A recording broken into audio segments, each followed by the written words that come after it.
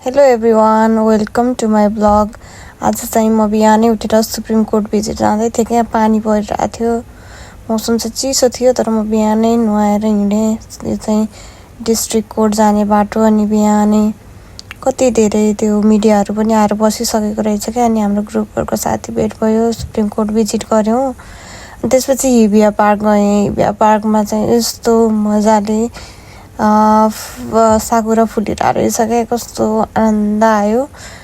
अनि एकछिन त्यही बस्ने मौरीहरू कस्तो मजाले डुलिरहेको थियो क्या। साकुराको सिजन मलाई एकदमै मनपर्छ। अनि योवाला चाहिँ मेरो फेभरेट हो क्या, योवाला भिडियोको पार्ट चाहिँ। वाउ, इट्स सो कुल। अनि त्यस पछाडि हिबिया नजिकै स्प्रिङ फेस्टिभल भइरहेको रहेछ। कस्तो राम्रो डेकोरेसन गरेको फुलले। अब टुलिप सिजन आयो नि त जापानमा। स्प्रिङ चाहिँ एकदमै रमाइलो हुन्छ क्या, एकदमै राम्रो हुन्छ क्या। कस्तो रमाइलो लाग्छ मलाई चाहिँ।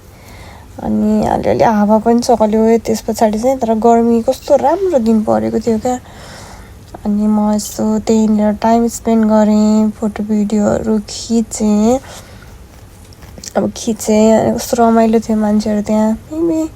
तर यो विकडे नै थियो, तर मान्छेहरू कति धेरै थिए क्या।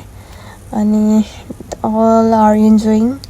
मलाई पनि कस्तो एकछिन म त्यहीँ हिँडेँ, घुमेँ, फोटो भिडियो खिचेँ, अरूको फोटो भिडियो पनि खिच्थेँ। अनि आफ्नो चाहिँ मसँग केही पनि थिएन, मलाई कस्तो फोटो खिच्न मन थियो यहाँ। तर एउटा यस्तो भिडियो खिचेर म लागेँ। मेरो साथीहरू पहिले गइसकेको भएर म एक्लै थिएँ।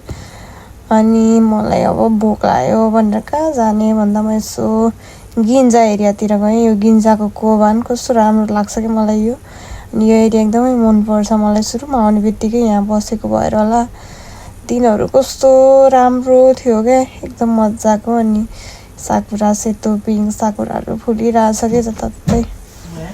अनि त्यसपछि भोक लाग्यो भएर साइजेरिया गएँ।